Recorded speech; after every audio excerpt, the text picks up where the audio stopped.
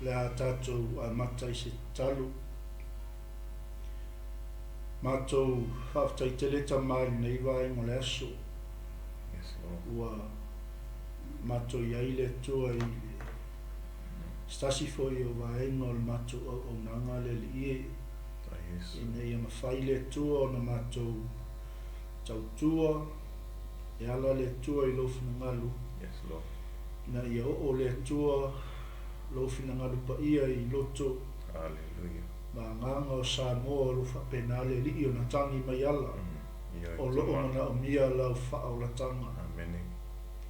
Mātou talo le li e le iso mātou poto. Yes, Lord. Le fo iso mātou ata mai. Le iso mātou malosi. Na o le wha unga o lo nganga pa ia mātou te moli molia le tua lau savali. Hallelujah. Ia Samoa. Ia e maisi o so se tangata wha alungo mai. Ta mai la mataina o nei por kalame fi so ni mai la o fiu se ia o ilo na fai winga fa manuia ile mai mo fa fonga mai o si o mato watu no i ta mama tina matutua mai se foi o le au fai nga ruenga pa ia le tua i so se fata fai taulanga ia e tainani ia o tupulanga tala vou se ia o lawa nei o mato whanau nei mawhai le li o na o ngā la upu fola lo matou whaalongo ai. Ia ola i o matou tangata mai o matou savavali ai lea miotonu o la whio. Ia matou wala aue o la atu ia o Yesu Keriso. Amene. Amene. Ia, sa moa maia o le whaawawina nei o le tātou o le kalame o le oli le lii. Ia e pei ona iai. Ia ile na yaso foi o mawai atu e moli atu le nganga whaaftai tele lava i lau tapo inga e mai se fo i o au tau talo talonga uma a o whenga i aitama whanau o kalesia o a inga i o nuu male malo i a wale fina ngalo le tu o lo tato ngalo e ai e iai tali tonunga ia e tasi le tino ia ai tele ona i tutino e ile vai e ile lima e ile mata e talinga ia ua whaangalu lue le atua mea umalava walona vi inga ia sili ona whaolaina ma wha malosia sia nganga mo ia malona whinangalu le eto e whapopo atuaila matou whaaftai tele lava ia ile amtanga fo le neva yaso mai lava i au auna le atua o lo tuim tangiolo wale fola o le fionga le tua. Ia se io o mai fo il fai ungo le neva yaso, that's right. Ali vai. Ia. Ia tu fai ungo nga luenga mo fai uma sani mo tito neva yaso pasta. Ia le li o to tele ala o tangata. Pe io le aso le o tupua. Ia. Pe io le aso le umai ia le yaso ia e o lai hoi ele mea lai wha moi e stangata ia o le whaftai le tua ia o ia i se oli o lo ia tuina i tono o lana whanau le tino ke viso ina ia mawhai e ona aua lawa na i se ese le mea o lo taula ia i lo tātou wha moi ina ia mawhai ona tātou wha aua wina le finangalo le li ia e pei ona awina mai ia i lo na pele o Yesu Keriso nei la vaenga le fiafi ia fa talo fatu tatu o nanga ma tatu po kalame nei fiafi ia ile suafa au le leio Yesu amen ia pe au le leio fa na o le tua se lava se me lo e mai mo mai ai se lava se no fanga lo e fa funga mai ai ia ile pa ia le tua ia ti o ni vaenga le fiafi o ni foi vaenga o tai au inisio i tulangi ona ese tatu waso mo tatu taimi ka ia le anga le lei o le tua ia te oi malo ainga kai foi o ia nisi o tau o lo fatoa a mata i ngā luenga ia malole fa malosi malole tau ia o tātou lawa lea whaiva ina ia tātou saili malo ia wase manui o le ainga wa manui le ainga ia manui le kalesia e manui no e manui fo le malo le tātou te nopia ia ia Mela lea aua te whatamala. Mai se lama tātou tangata Samoa. Ese le whina o tangata Samoa. o le ase matata, o le ase se mea ua anga lile iai le tua ia te oi aua e te whaatamala i lo wala awina peke ave loli peke ave pasi Kungi ia Amese amata whai o ia pe e wawa ai mawalano ai le te lo tangata wa ai le poto ma le ata mai. Amen. Ai ngalo ia te lato. Na tō fia Iesu ana au so o le au whai wa man. E le tō fia mai se au wha uni wha i loma te. Alleluia. Ia le tua e moni le saunanga le uso ia vai. Po le a lava le whaiwa ua atu whainga le tua te ngalue ai. O loo iai o oe mai tato uma o se whaamanuianga i le tino ke wiso. Amen. O tato uma lava o se whaamanuianga o tapena ina e le atua. Ia i le lawe le ele nai te ngalue ai. I le malae nai te ngalue ai.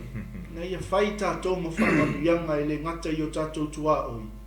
Ia o atu i nisi fo i o atu nuu. Ma nisi o tato tangata tua oi a inga. Ia po se maori. Po se pālangi, po se atunu. So se atunu. Ia o atu ia le manongi o le ola. Ia whapena ona. Whaongaina i tātou uma lava. Au hoi ke popole i le ngangana. Mea e se le tā ua i o tātou le leima le li i aso uma. E whaongaina e ngangapa ia i tātou wa. Ia o le siata ngata e whaolaina le stangata i le isma le wash. Amen. Ana yo o le fe au o le tala le lei le loto o tangata nai te moli mau ai. Ia le melea. E au ngā te le ati tato umalawa. E lei lava se tangata soifua na palapala ai au le. E le iso na o ngā. E au ngā umalawa tangata. Lei seisi na whaia e le tua e le iso na o ngā. Me lea whai foi o e whaafonga mai. E masi alawa i tala voua. Tonu foi o lo ui o i se wanu pongi sā, ia poni lu i tau foi o nei sa walinga o lo tato iai. Aua ne i ngalo ia te oi, e iai lo wha moe moe, e iai lo wa ngā, e iai lo tā ua i le atua malona whina ngalo. Ia leli, a tonu tato te le malamalama i temi nei, a tonu te le malamalama i talavou. Ai, o le mafua angan na o lo au mai i pēr le atua lu i tau o tofo tofonga. Ina ia e o ilo wha moe lea. Ia lo sunga vai, e tātou tele i a mata i le tātou tā upu nei afiafi. E mana ia o le mea lewa o le tātou upu tō mua fo nei afiafi. O le tā ua. O le tā ua o le tangata. Amen. Amen. Aftai pasta ia. Nā le toi kon whapia tua le whaatalo whapeo na mo i sau noa i le au na le tua. Ia, whaatalo wha. Tāna whalama sa moa i lau whaafonga mai, ma lau mai mua mai. Ia i le amata ino le polkalama le nefiafi. Ia peo na sau noa le au ona le atua nefiafi. O le tā ua o le tangata. Alleluia. E le manatu pasta i ia peo na tā ua fo i le whaatalo whaua mua atu. Le aso nek. Amen. E whaingoa mai tele ia le tala tātou te whaalongoi. Lasi yaso vai yaso. Alleluia. Amen. Vai yaso whaingaruenga. Yaso whaingaruenga i lātou e amata mai le aso ngafua se ia pa ia le asfarai. E le ta ua ia le vaenga le whaua watu le asto nai. Amen. Ai whaingoa fo i whaimeo le aso le tupu. Alleluia. Au le nā aso le tupu. Ia. O loo ta milo i to tonu le ali o le larolangi. E ta mo whai e whaase se le upu aso le tupu. Amen. Ia. Te loa nae si la fia e o tau sa moa ma te loa fo'i e iai lava i lātou e whai mai aso le tupu na o si na tasi a e wha manong iai la fia ai uane i ngalo sa moa o le tasi na e una se ai le taita ina o le nei aso. Alleluia. Ai a whai e o le aso le nei o le aso le tupu e te wha fo'i ai le vi inga ma le wha aftai i le atua ua mai a ngā ruenga o le vai aso vi ia le atu. Amen. Ai ia e mana tua foi. Fai mai le saunoanga le au ona le atu. E iai lau tau. E iai lau mafuanga na lai ona. Fo wa ina mai o e le atu e le larolangi le neo tātou o lai pasta. Amen.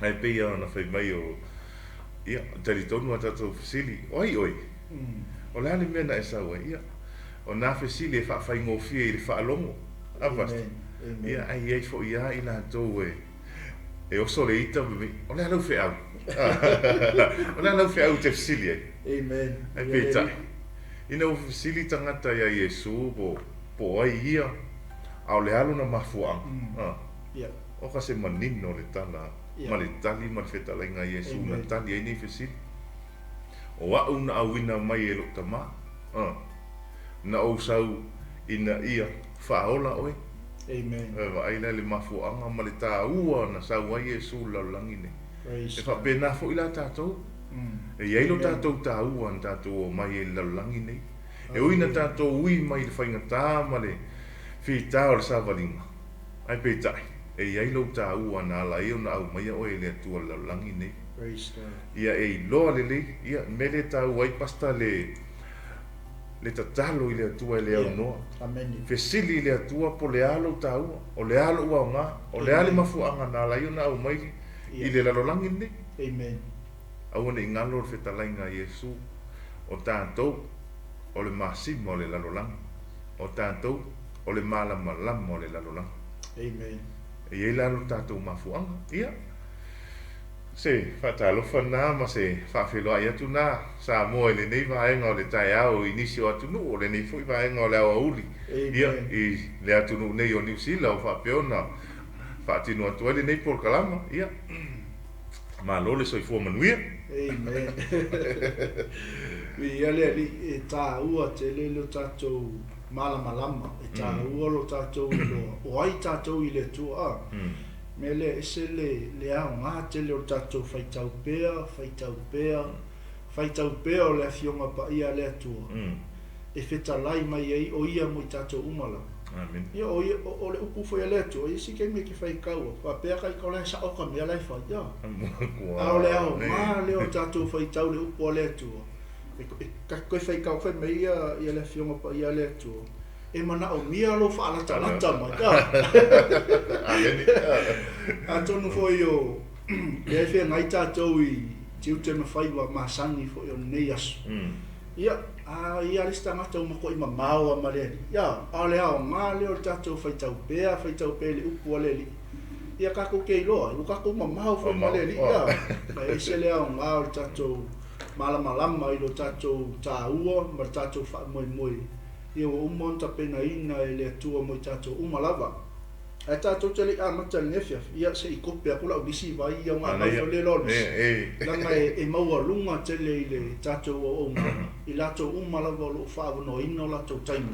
I le ngata e kōmeni mai lunga o tātou comment section mo le whaasoa mai fōi o manatu malangona.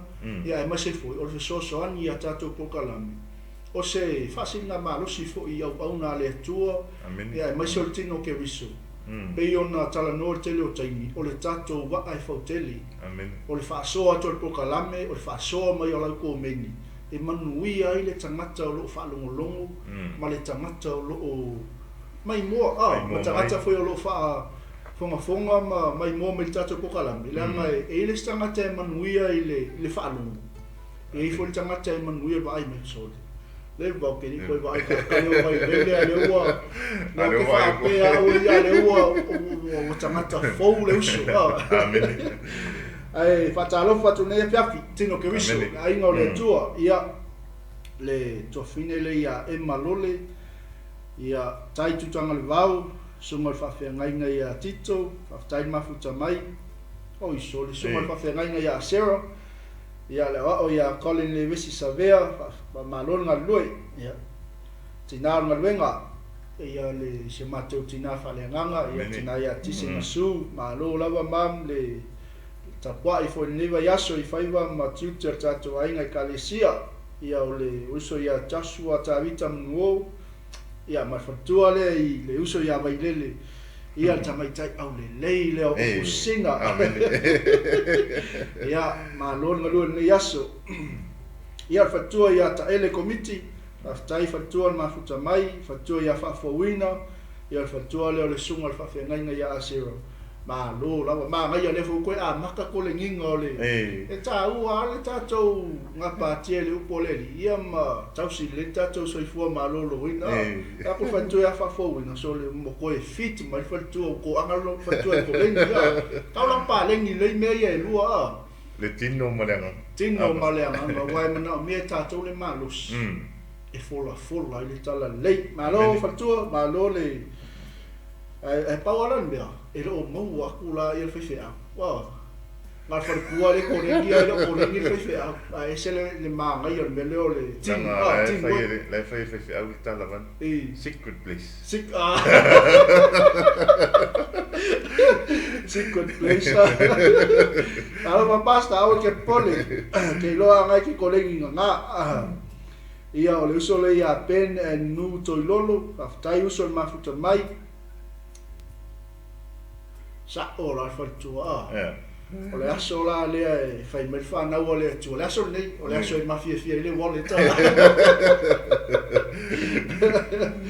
a one ngalo ya toe na e anga le kasi le me alu fa ta ua ia tato wanga le a fitala ya tu le te anga le se uso po se ainga o ai lava e batto le tu e te ia e anga le ia o ke di mo ai la tana tale tai e ka foi anga le ia tu fa me tala le tu ai ta mai alofa pe ia a wata wele le anga le amen tau ile le anga le afia ai fanga fia inu amatela ina fa inu se vai ai mo ti no a te lo ele fa pena le tino ke viso ape ave mai le wallet ia fo a tu sina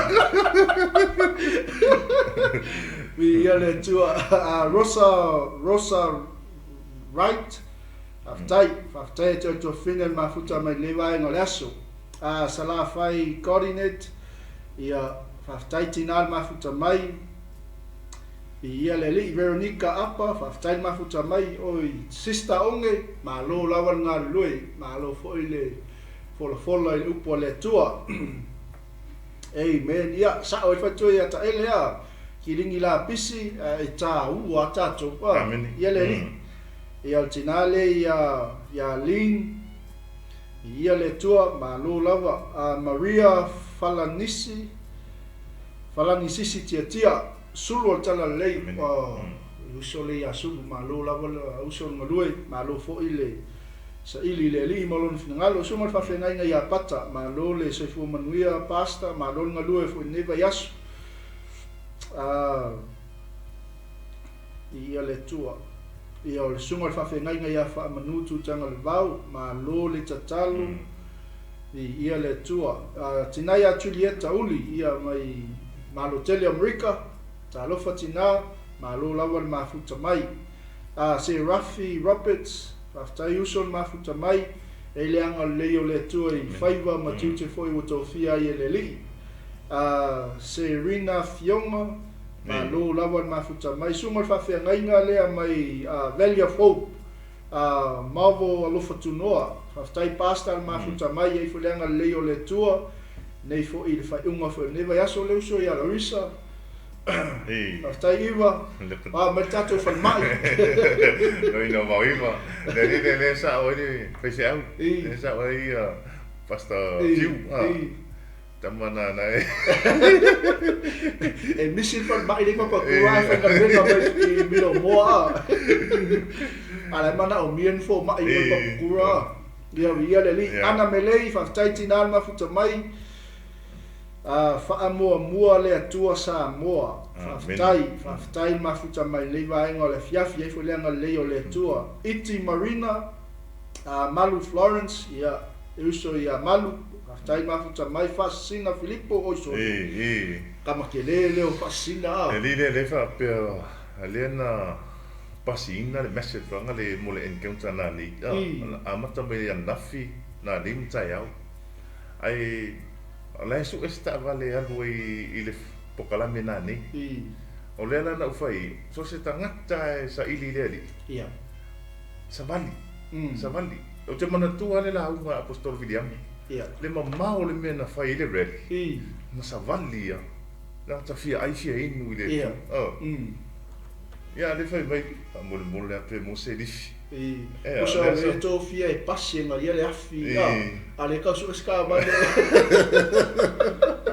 ia e la ga le ya telo so masina malo le tau tua o me le ia fa ngale ola mo le li amene a to fine ia linga lem sem malo mafuta mai ne fiafi te daia se fulu malo mafuta mai ia ma vivesi masoi malo lava malo le ngal lu le vai malaso malo foi fa no ino time ia tatou te fa longo lu pole li ia ai lava nisi o misi atu la nisi la sunga vai ia fa talo fa tu la to le vai ngol fiafi e fa talo fa tu le to fine ia fa no Restala from Nonga Samoa. Ia le ia ma na ia na fa infa misi ni si vai ngor ngor benga fa longo du pole tu ia pasti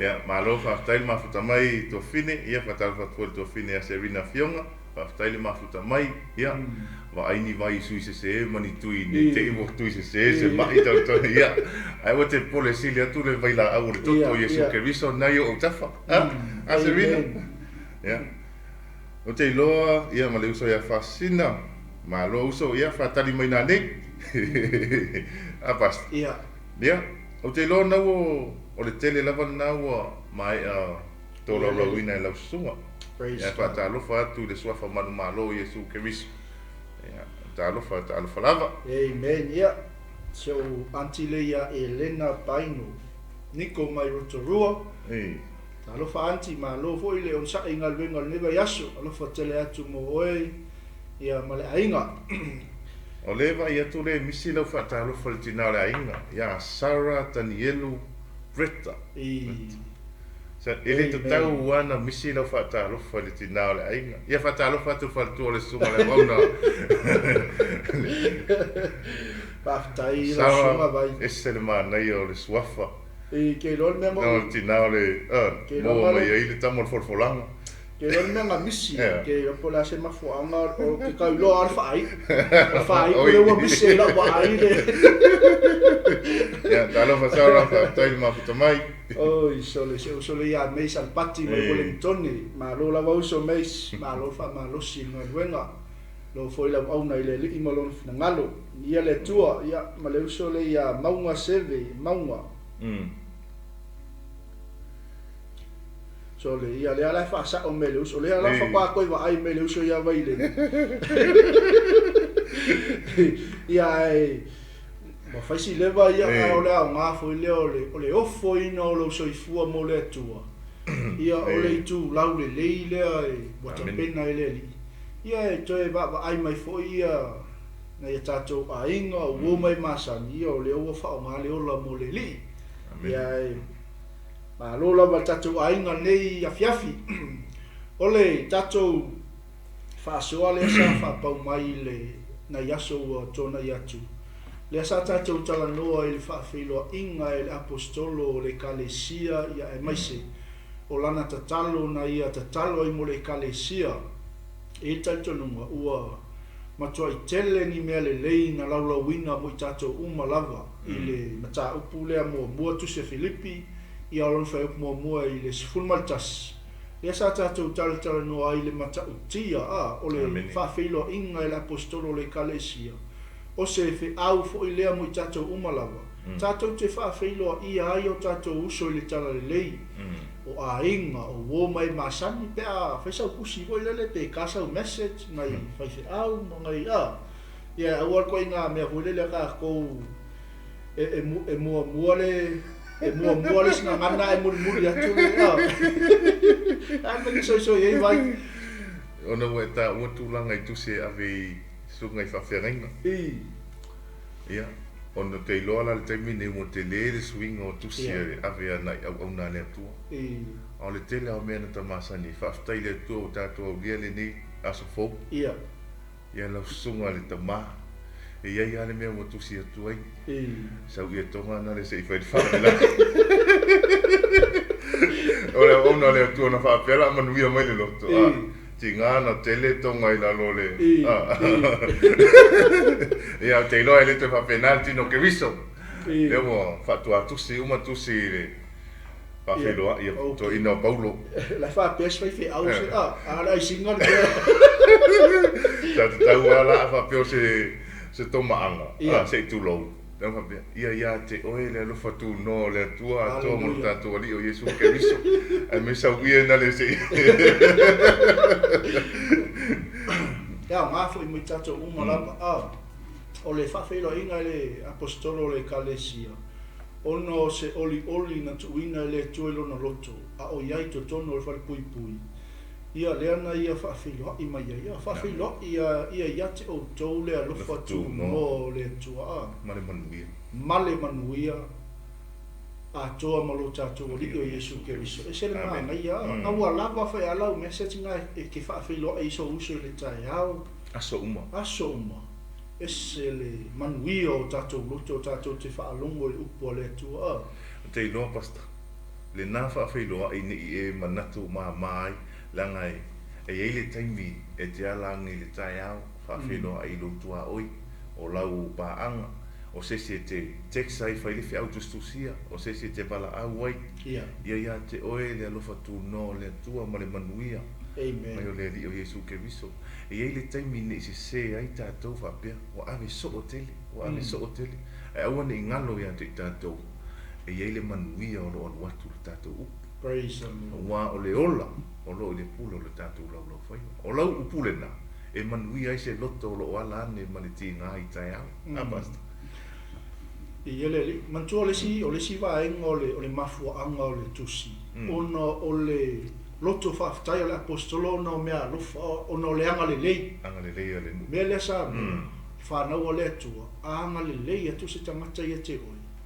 Ia whamanguia i peo whamanguia a Paulo. Amen. Whawhelo ia. Ia polo wa talii, polo wa whawhinge. O ai lava. Langa o le tasi leo mafua anga o le tustusinga o le apostolo. E le ngata o le manuia a o se oli a. Nga makua i sila fia le apostolo. Le tūlanga o le matua wha le nganga wo o le kalesia. Amen. Ia pete malei fua i fultae au. Anu atu se o tali po se o fine san. Ia te oe le alofa tu no le tua. Male manuia. A toa malota toa li o Yesu Keriso. Ia polo a fine, polo ta mamalo tina. Tala wou. Wala wal whawhiloa i le te whawhiloa i tai au. Tai au unga. Amata fia i leo le aso. Anu ta mai titi fia i lea unga. No folta maa mali tina mali oli o le loto. Manuia le ainga, manuia se wo, manuia so se tangata e whiloa ia. Hallelujah. Hallelujah. Amen. Moni le ia. Ia whaatase ilo mali te talo. Man tola e tolu awa inga ta uolen wha iko e talo apostolo i le goia sole te. Ia. Me ina ia whaatupu te le ina lo o tau alofa. Pai mai e. Amen. Tusi le apostolo na le, o le anga le lei ma le alofa o le kalesia. A toa male ilo le lei. E le ngaka ua iloa le apostolo le alofa o le kalesia. A e whai mai le tala le apostolo. A toa male ilo le lei. Po male ilo le lei. A toa male whautau. Amen. E tolu a mea ta ua whai ua te talo le apostolo. Filipi, ia whaatupu te le ina lo o tau alofa, male ilo le lei, a toa male whautau tau. Ai sea. Ina ia masino ia te o tau mea winga ese o malava. Langa sila fia le apostolo, e ta tau ona maintain le anga le lei lea o le alofa, le ngatai lea o le level, o le matua wha lea nganga o le kalesia. Langa e leo ngofo le fili, e leo malo lo ngā wenga al poli.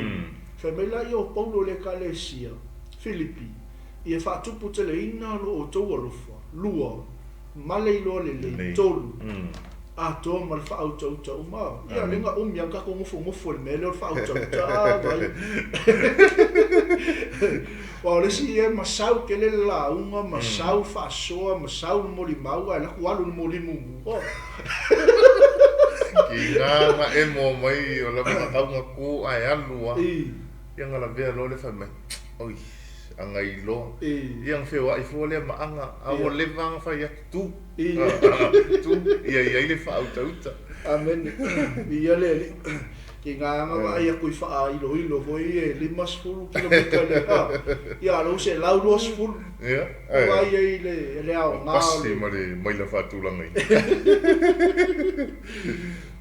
le ana o tato ia isa moa e mese o le whawhongwhonga mai fo o le ainga o le tua nei vaenga o le fiafi I le vaenga lona lua o le tusia le apostolo le kalesia ona o lona oli mea lea ngā watu le amatanga o tato whaasio le ale mea le taula ia I lo oli le ale mea le taula ia I lo wha moe I lo wala awina I le anga o le fō launga ma le savalinga le tato te iai e le o se fō launga e malu amen e le o se fō launga e la aso uma o le fō launga I maunga e I fo I manu e li keime ki sa valia I lunga o le vai e li keime whaui ei oe le atua tono le afi amen me la le au ngā te lea ia lo tato le leima le lia so uma amen ina ia whatu mawina pe le ngata o le levo le matua whaleanga ia whaau wau pe lo tato wanga le le atu lo tato walo lo fatu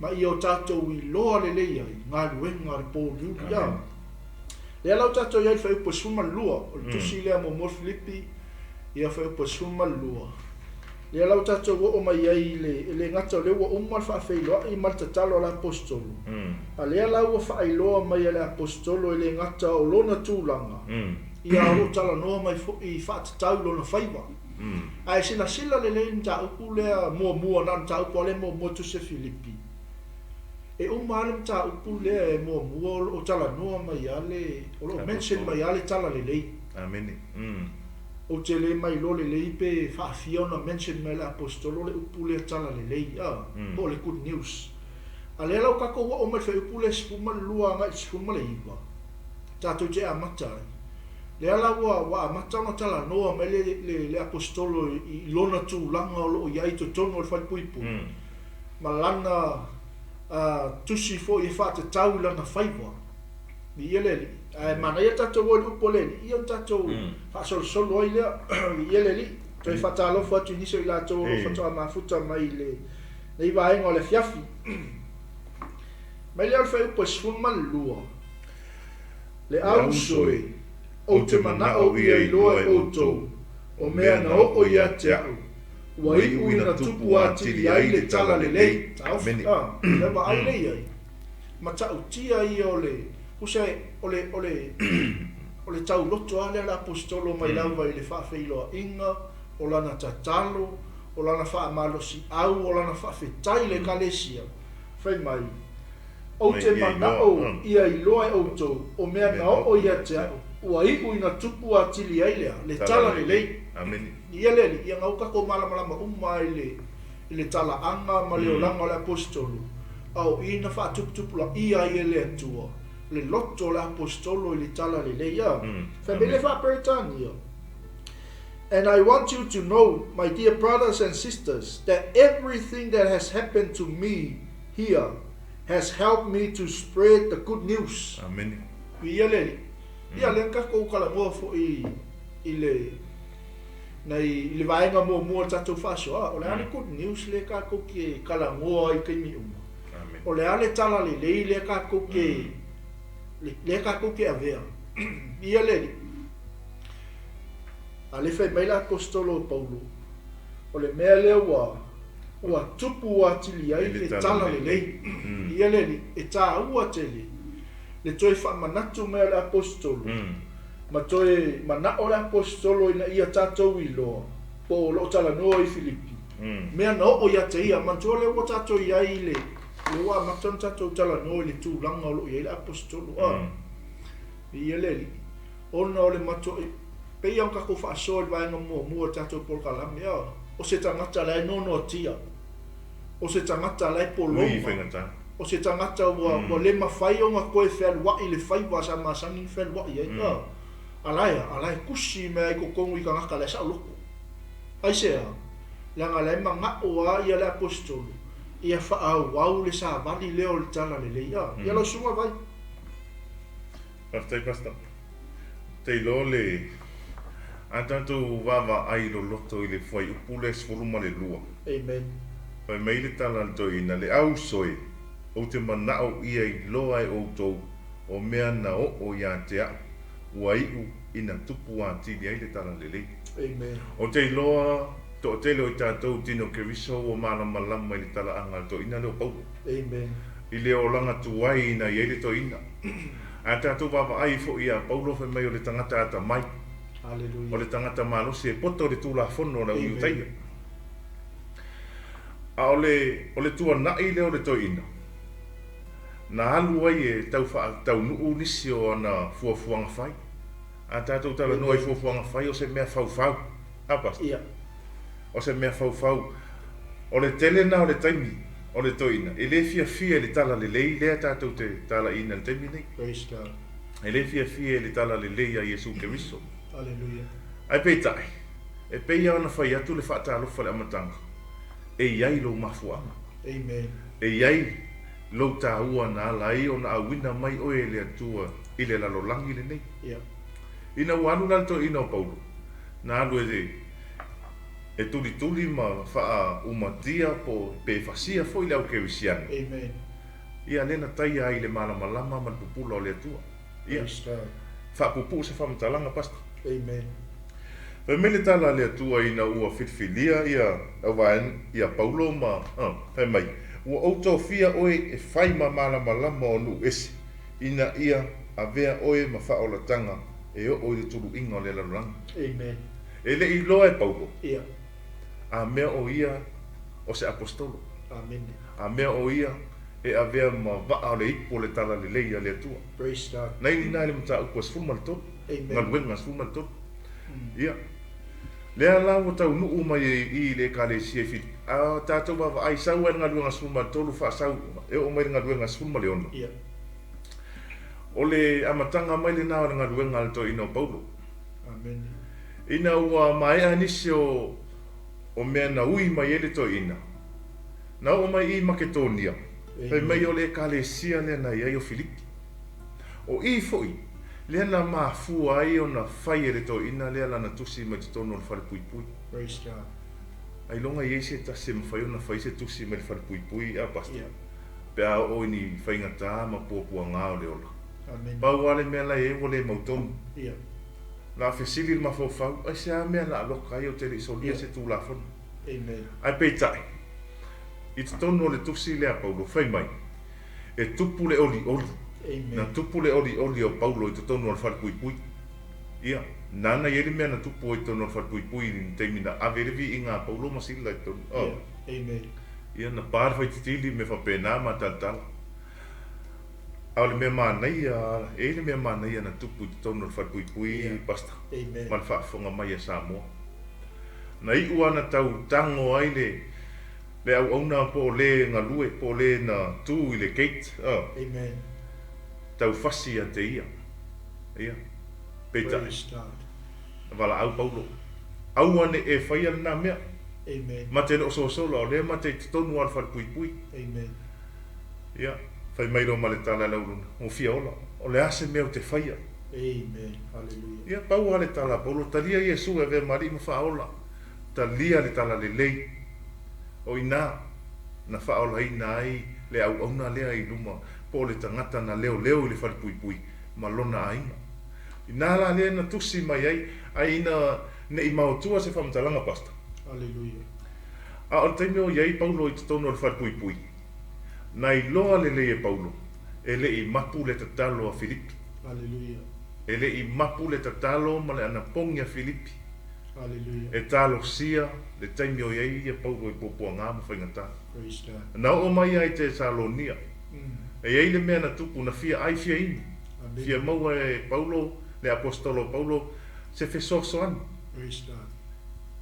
A o aina tali ai. Ma nino le mata o koe whaa le tusi le Filipi. O le ekalesia le Filipi. Ekalesia le Filipi na lolofa. Lea na tusi ai e Paulo le tusi lea ma wha pēr mai ai. Amen. Le au soe o te mana. Ia o tau iloan mea na tupu ia tea. Praise God. Ua tupu a tili ai le tala leia Yesu Keriso. Amen. O mena tupu I lo o langa mana sa valinga. Hallelujah. E a vea na maala e wha malo sia ai lo au na malo ta lai o le tala le leia Yesu Keriso. Hallelujah. Ia se ata wha tai o lo nei tangata pasta. Te iloa to tele I la tau o mai moa ma sila mai e iloa foi lo nei tangata e le tua na ina iai. E le ai peita ina ua wha apupula e le atua I le ofo-ofongia o vavenga le atua. Amen. Le ala o nofo atua I mo wha ape atu. E le leile atua. Amen. Mana ia e alu ese mai le tangata le nana e iai. Amen. Mena le fai mai e Paulo o te mana o tau ia te outou. Mena tupu ia te ina ia tupu a tili ai le tala le leia Yesu Keriso. Amen. Ole matau tia I ole vaenga lea. Ele o tamwhai apostolo fwele le whai loso na matau tia. Pe whai loa se silava tūlanga. O nai sila le whai po sumatolu. Le o tato iai. O lea ua whaalia ai lo unono tanga o no Keriso. I le whale uma o le au leo. O le au e leo a tō maisi mea uma. Me le whai po sumalwha. O le to telefoni o le au uso I le lii o loo matua whaatua ono loo nono tanga. Wati iai o na lātou whaamalosi e tautala I upu male le mata. Amen. O la tusi le iai o le NIV translation. A mapia fu o le alau translation na iai mana ia fu o ia tu mai lunga o le comment section o tatou pokalami.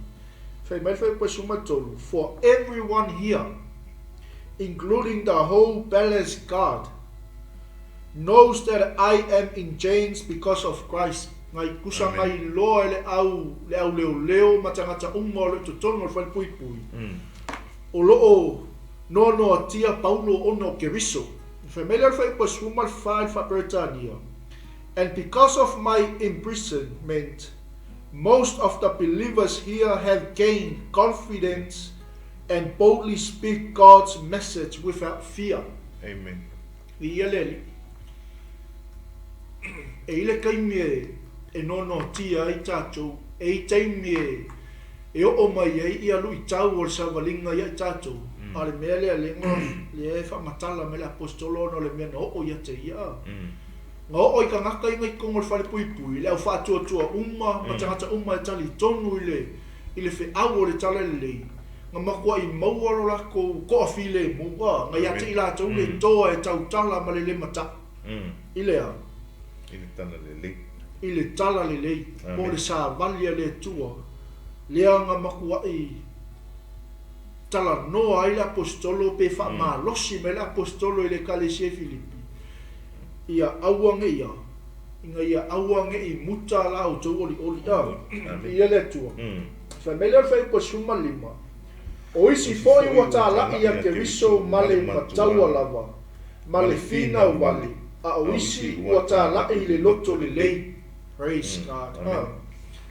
Ole mele ta ua tele ai ono I tātou o tangata lava o le tino Keriso. Tātou whanau o le tua so tangata whātua tua mtali tonu I le li. Ua I tātou o le tino Keriso. O le ainga o le tua. Ona aisea, leanga leo tātou whātua tua I le li. A o le mele lenga o I tangata I ngai kongo le whare pui a. Ngai iai makangaka whingau wali. Ngai iai makangaka, le alesi mea ngai inga. Ua tā lai Keriso ma le mataua lava. A le whai mai la fionga le tua. A o isi, ua tā lai I le loto le lei. Mea lea ese le manuia o loto. I whanau le tua o loo ngapa tia I le tala le lei. Fola le tala le lei. Fola le finangalo le tua. La unga le upua le tua. Ese le manuia o loto le tele o whaasoa o au nanga. O so se au na le tua e manguia loto ona le upua le tua.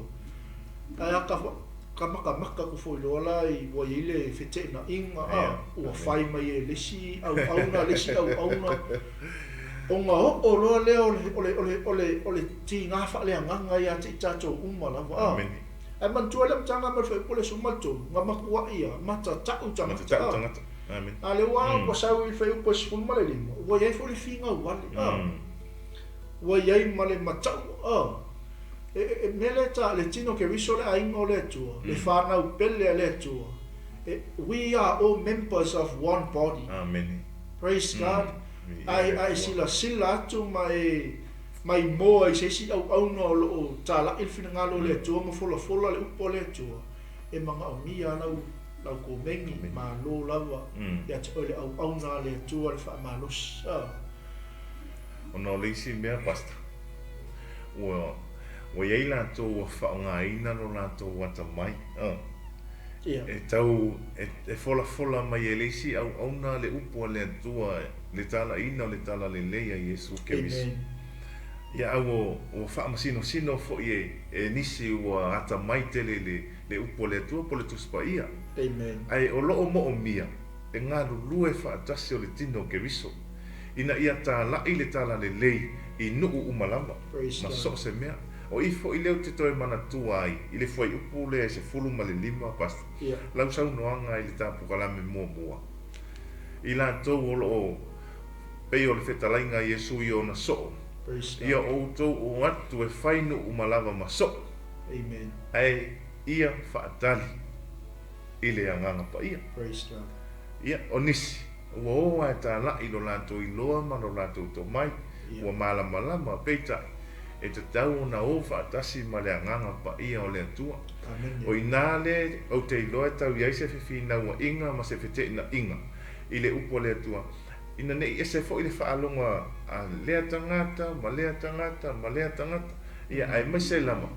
Ia o le savali ia ma le ola wha le anganga. I te tono o le whaalatanga Yesu Keriso. Ia e whaatusaina I le ola o le pepe. Amen. Se tu lou a le whaafonga mai Samoa. E a mata I le whaasusu, le whangususu se tu lou.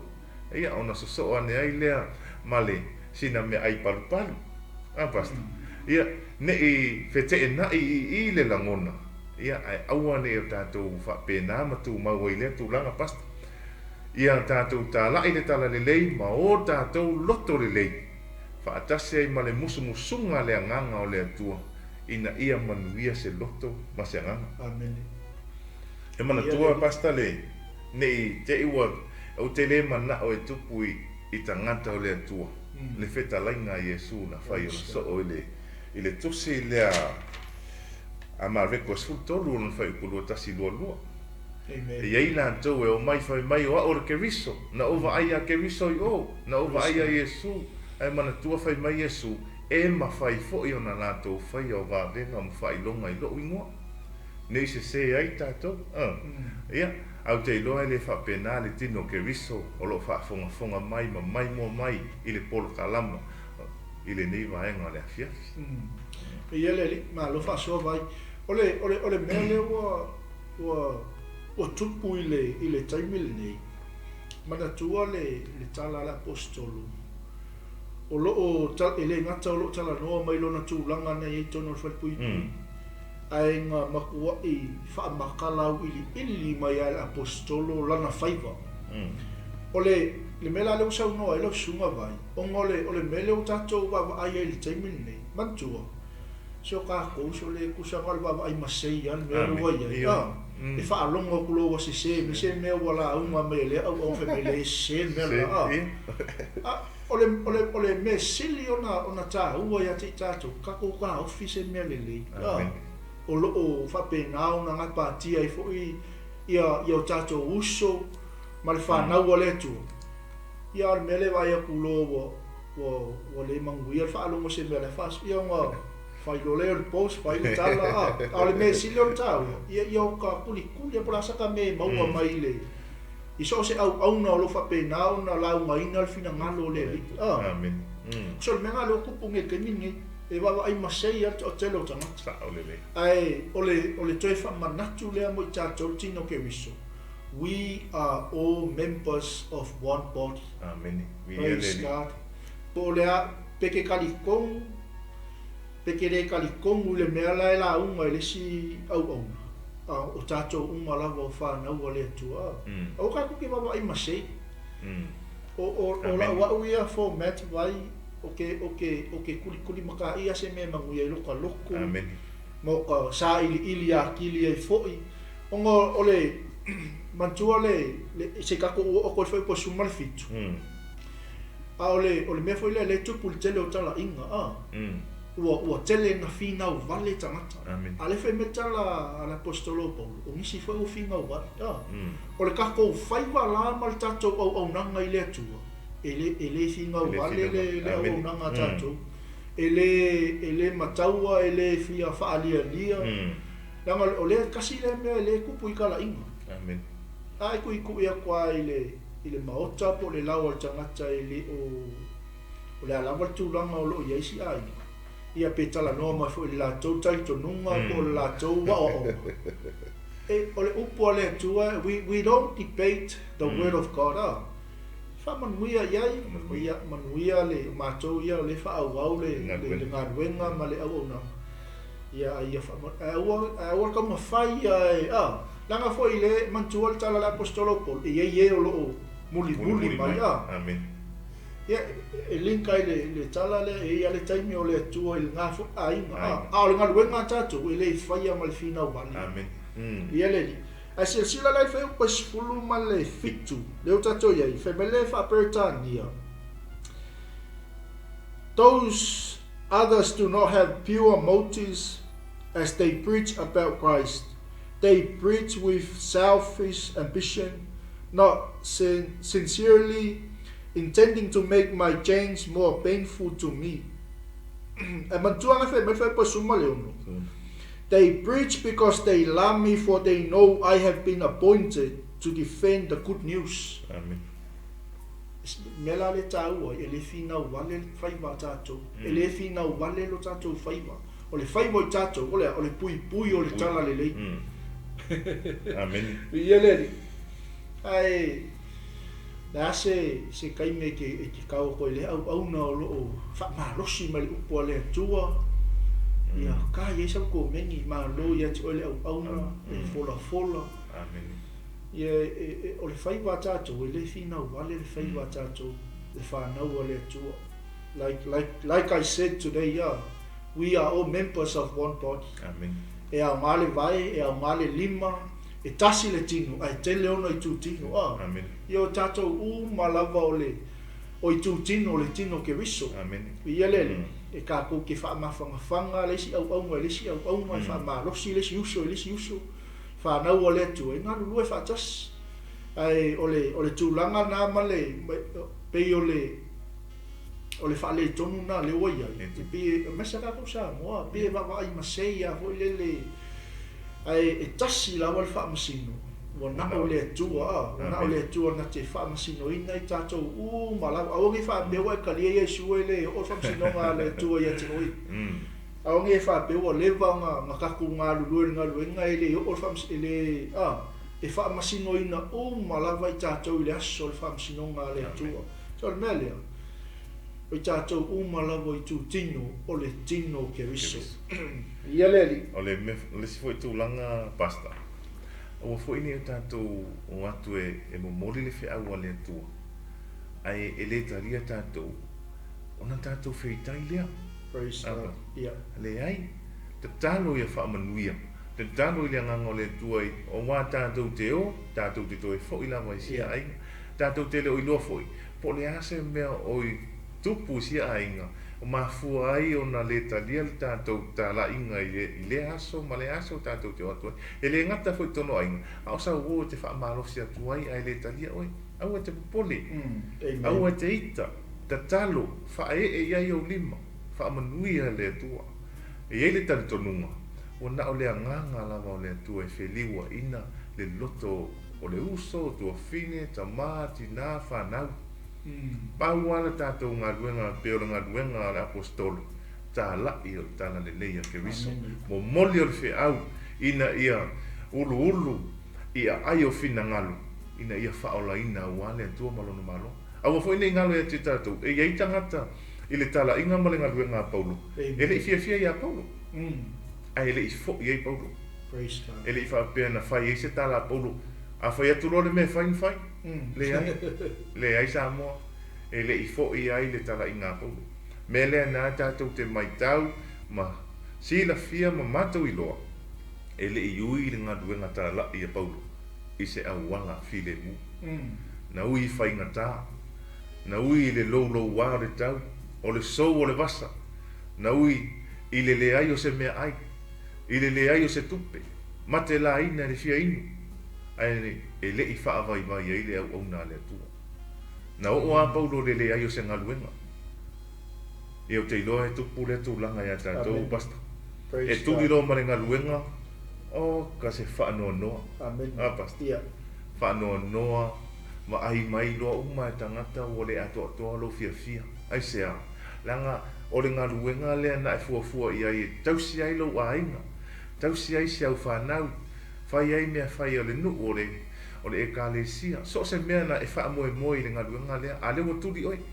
a te ilo le tala Paulo o lo soifua le atua au fo ine ingana o le atua na whai a mea malama a whai na ua e malolo mai malama luenga a whai o se mea le leiwa e malolo mai ai to atuli ma te talo whaafetai le atua a whai o se situlanga sala mo te talo o le atua teilo e sau nia le atua se mea le lei mo oi au te popoli o le atua lo tātou au na iai o le atua alofa o lo mau alo tātou a mano ai au foi ni tātou whaongaina se se amen vi ele tātou mantua o le tātou whaamamawha nei aso po tātou autu o le oli o le apostolo Paulo ona o loo ta lai pe le tala le ia Paul's joy that the gospel is preached le lau tātou iai whai posuma le ono tātou whai tawha tasi ia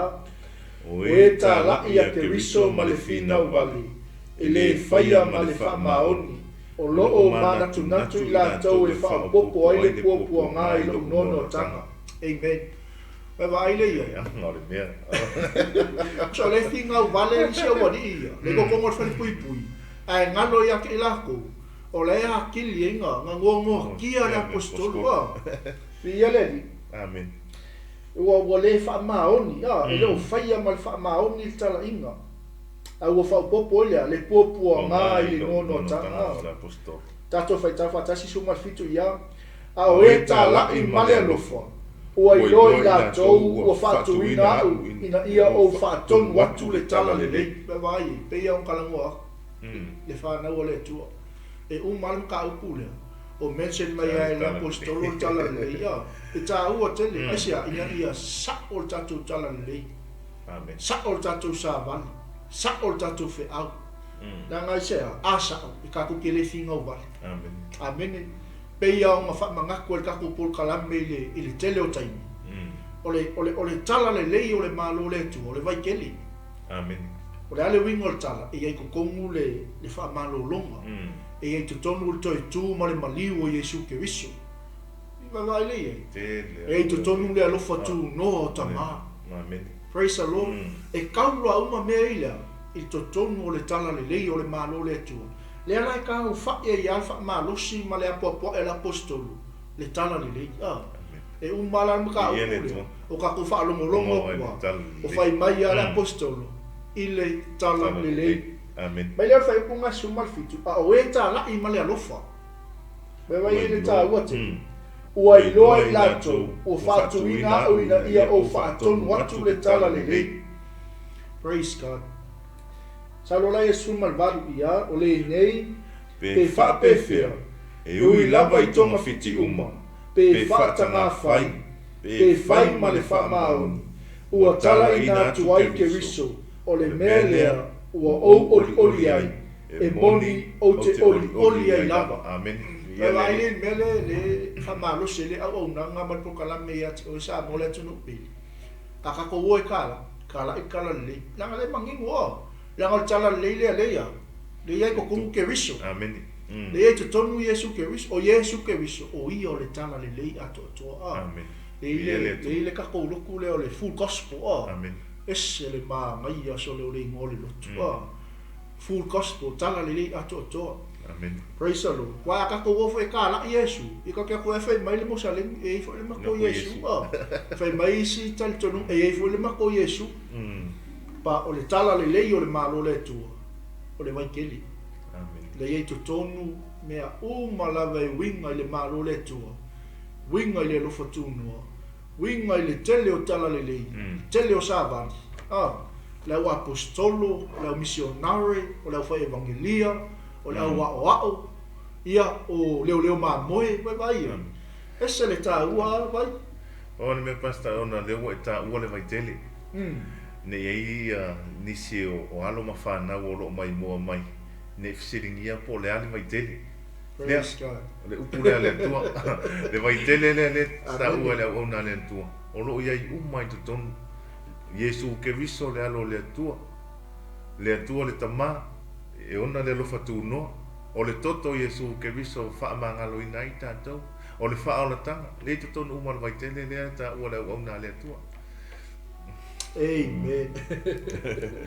iele tu al ma ia il fa pertan ia ai ma ia foi pa ku mai ngolo translation nga ia tala ku le yo va vela su la ngole NIV la tu si le fe me fa pertan ia but that is very personal value but that doesn't matter whether their motives are false or genuine. The message about Christ is being preached either way. So I rejoice and I will continue to rejoice. Viele po le alama le ko inga awala. Po o mekokia ka ku ke kala ia le kala le leile. Fe mela yo tala Paulo le kale sie Filipi. E monio te oli ai lava o le mea lea ua oli ai whaaluan ta oli sorry po le ali tu ai ngā auala e te ngalue mai ai amene pe te whatanga whai pe te whai mal wha maoni a he mele tala na toi o te oli o te matu wā oli ma ngai e se fole ma lia le upo le tua e ui lava i tonga fiti uma pe whaatanga whai, pe whai ma le wha maoni, ua tala i ngā tuai ke riso. O le mea lea ua o oli ai, e moni o ti oli ai lava. Wha me lea whai, o le whai pasuma le iwa. A wawa o i loa, e iu lea mea i loko manuia, ona o la o tau whaatonga, ma le fisosoa ni mai o le anganga o Yesu ke riso. Amen. Praise God. For I know that as you pray for me and the Spirit of Jesus Christ helps me, this will lead to my deliverance. Amen. Iele tu vele ka ua ke le melo tatalo mo la unga lu tatalo mo la fainga luenga le tua tatalo mo tama fa na o le kalesia talo mo tama fa na o anu mafio anga lo fa pe na ona sa ili ma lo ya tunu ifa. Amen. Ka ua ke le melo tatalo mantua le fai mele upo le tua e iai le mana i tarasa. Amen. Te talo mai a mata mai a i loa fine lai tite o loa tarika i tite te tono o loa inga te talo ai ai lunga e au ai lunga i mātua e le ngata fo i leo mātua i whanau te talo ia manuia le whanau lo nā tu o la tutupu ai ia peo na sau noa le au una le atua te talo mo so se tasi lama au una le atua lo whawhale malu i whatawhaitaulanga i fia i so se vaenga o le nei atunu o New Zealand o Samoa so se vaenga tulu inga o le nei lalo lang te talo mo le manuia o fia fo i o iei mafutanga o lo tala i nai le upo le atua ia tau te talo i ai e wha manuia ia wha lau tele le atua nanga o le te talo e iei le mana ia o tau talo sanga o lau te talo le na e leo i nai se ola o lo i lunga o le ala to i titi lava a o so wha i le fili ai peitai o lau te talo le na e lavea ina mai ai lea soifua ma le ola i lunga le ala. E tā ua le te talo, e iai le mana o le tāsa. Praise God. Amen. A wawa o i loa, e iu le mea i loo manuia, ona o la o tau whaatonga, ma le fisoso ni mai o le amanga o Yesu Keriso. Amen. E ala ua uma ona tatou wawililiina le whamtalaina mai e Paulo o lona tūranga na iei to tono o le whale pui pui ma mea umalavanga kupu i konga whale pui pui na le kako ke o le kei me whaolainga ka le sa leo leo i konga whale pui pui i ele tu ele ma e fui au ke misi mai tatou i le tatou series le solo o le Joy in Christ o le OLIOLI na le o tatou wa tatai i tatou le nganga o le li e le ngata i le whaafeiloa inga o le tatalo le apostolo. A le ala ua mako i kala me le apostolo. Lona whaiva. Ma le mea nga kupu ia ke ia. Mo lona tūlanga. E tā ua tele. Every individual, each and every one of us has a condition. Amen. Praise the Lord. E te mai moa ma e whaafonga ma nyefiafi. E ei fo le tūlanga no o ia te oi. E ile mea na tupu ia te oi. O mafua ai onga e manguia fo nge kai. Amen. Mafua ai onga whaaea e le atua oi. Mafua ai ona iai pele a ao le atua i lunga ia te oi malunga inga. Langa i sea. Langa sa iele whaiva ngai wha maungi ai. Amen. Praise God. Ai o le tala le lei o le malo le atua. Lia ua launga tasia uma i a tātou umalawa. E wai e whetalainga Yesu pe o le manulau tia le tātou o unanga. Pe po le a lava le talitonunga, po le kalesia, fe mele le whetalainga Yesu ke wiso. Ia o tō atu e whainuku malau maso. Amen. Papatiso atu, i le suafo tamale alo ma le ngampa ia. Amen. Nanga le pau leo le tala le lei, o lo fua ai, le o mai o le ngata anga. Ai o le ala ke ono tatou taimi, le te le lava tatou taimi. Le ala tatou whaasol solo mai le whaiupa e luas fuluanga i le luas fulu ma le onu. O ila leo whako a maka loa onga tala mai e le apostolo Paulu. Lona o langa ia ke riso. Amen. Amen. Leo wa umona tatou whaasoa i le whaafeiloa inga i le apostolo le kalesia, o le tatalo le apostolo, a le ngata i lea. Leo wa umona ia talatalinga mailona tūlanga, malana whaiva. Le ala la kako wo lo la kako ke baba ai. Mo tatou sa vali ai. Ile o langa o Paulo ia Yesu ke wiso. Amen. Ile. So mele fai po los fulu. E tusa malo u fa na watu. Malo u fa moi. Ina ia o le mai se metasi. A ia o matua fa ma losi fa pe no fa ia le no. E fa pe fo i nei on po. Ina ia vi ia ai ke riso i loko tino. I le ola po le oti. Amen. Se le mototi o talantoi. Ia, ma le mau maasani lea ua tau loto e telo i tātou ngai whai poi losu mata swen mai. A ua o loko ola, ua ia ke riso lea. A o loko oti, o loko manuia lea. Whafonga sa amor whaperetania, nanga iau ngafu i mo tātou tala moa.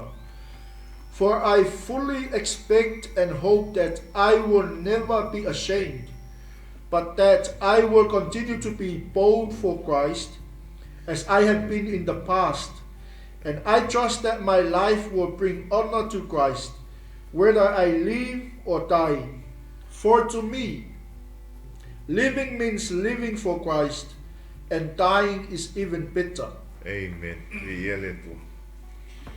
A wā o lo wola o yake riso lea. A o lo woti. O lo manuia lea. A esel maa ngai o le saunoanga la apostolo i le pito i lunga i whaipo e los fulua. O le tā ua ia, mea fo i le tala vua feo i whaafonga mai. Ia le alau kako o i kala vua. Aua i ke whaalii. Aua i ke aunga kā. Aua i ke whaakala leiro wala awina. Pe aure ke mea. E tala noa tua i lauta mama lauti nā ia te oi. Pe aure te me tala noa tua i lauta i tai ia te oi. Langa le mele le fei mai la apostolo Paulo e tusa ma loo wha nau atu. Ma loo wha moi. Ina ia o le mai se me tasi. Ia o matua wha malosi wha pei ona o whaia e lea uno. E wha pea foi i nei ona po ina ia vi i aike riso i doktinu. Praise God. Hallelujah. Amen. So se mea kako ke o ai tala wu au nei ngalo ia te oi. So se mea kako ke o i le ngata o loo iei fufonga o le atua. O loo au wina ai tātou e le atua. Au ngi kako mama. Amen.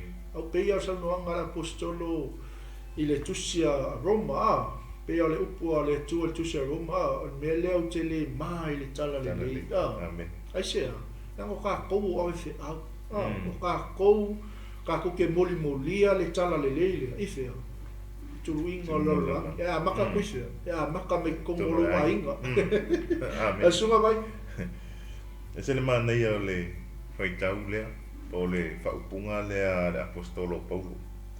Le whai mei e tusa malo whanau na watu, malo wha moe ina ia o le ma, ina Ia, ina ia o le mā.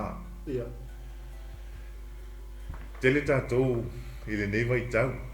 A tātou atu ia e mese lava ia le tala vou ma, ia. Tu ia au nā le atua wa o lātou ia, whai walo filima le ua iai wa tofi ai ma wala au ina le atua. O le fola ma tā lai o le tala le lei. Ai pei tai i le soifuanga ma le ola wha le anganga ne o le tamaititi a vea ma tala vou, a vea ma tangata matua. Se iau ola vai a vea ma tina ma ta ma. E iai ale langona o le ma. E le taimi tātou te atu la ta la ia tu ke viso ai e iai le leo na te whaalongo ina hai mai. E ulangia mai nei oi. E whai mai nei vai ngala. Ia ma le leo ala leo a tele ai a tangata. Poto a toi valea te tu lou le whaafonga ana sa moa. Alleluia. Ai awane ngalo.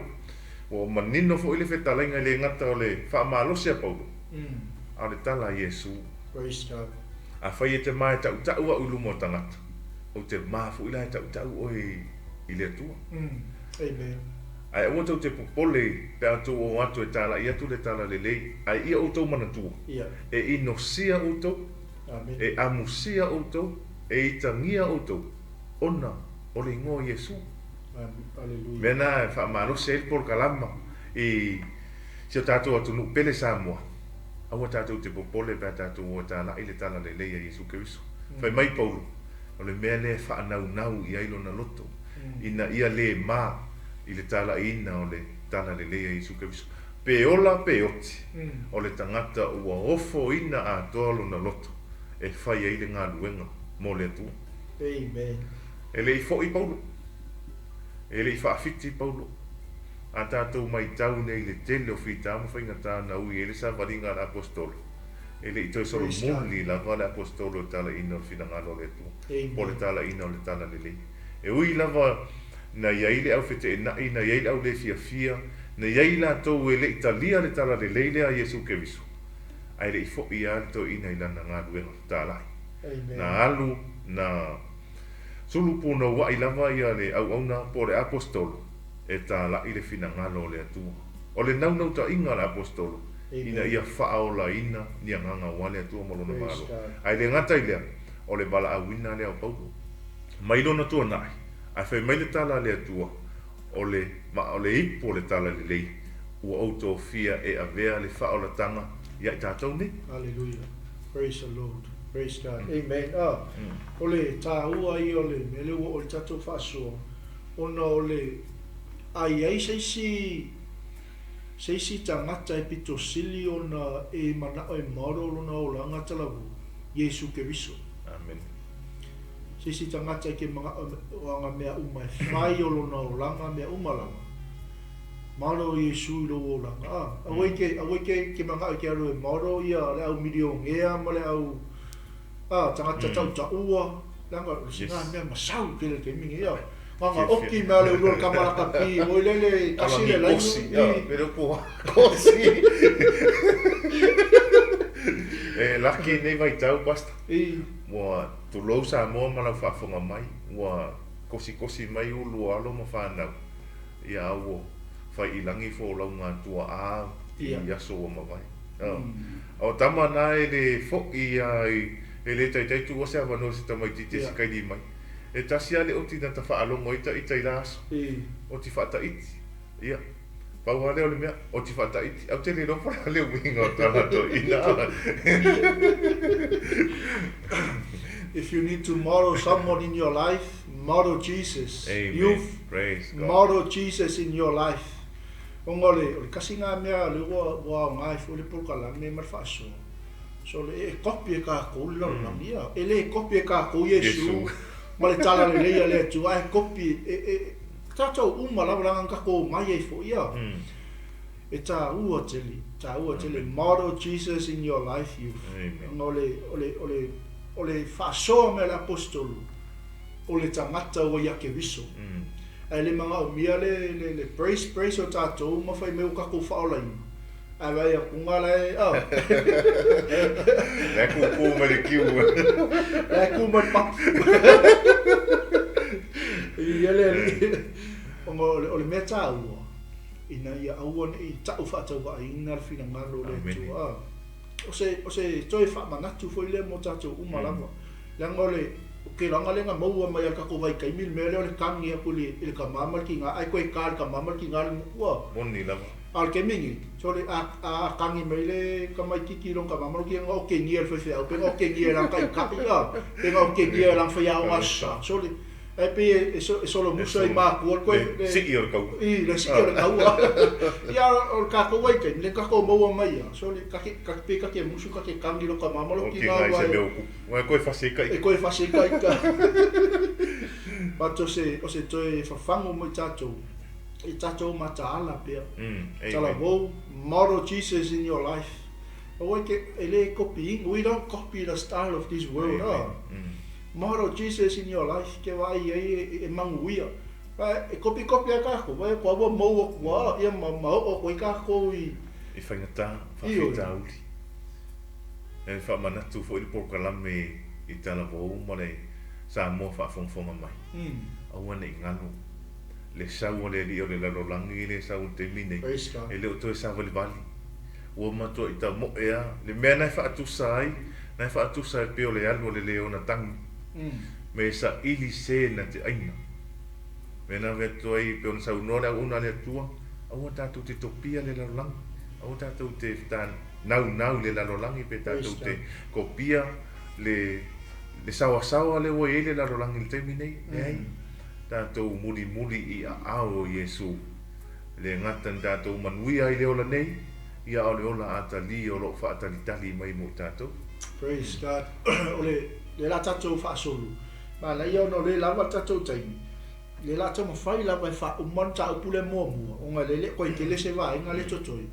Ia on kako koe a makalo le tau pue lua i le si tatou porkalame o lo fuafua mo le lumana. Ia, ka mele o whai pue losu maltolu. A wāua o i losu malua, sorry, a whai o te ola i le tino. O le fua leo laka ngā luenga. Au te lei loa po le whea mea o te filifilia. Whai upe losu maltolu, a wāu o wha le tonu i manatu e lua. O loo ia te au le nau ia o walu. Ia whatasia o makeriso. O le mea lea e sili o na le lei peitai.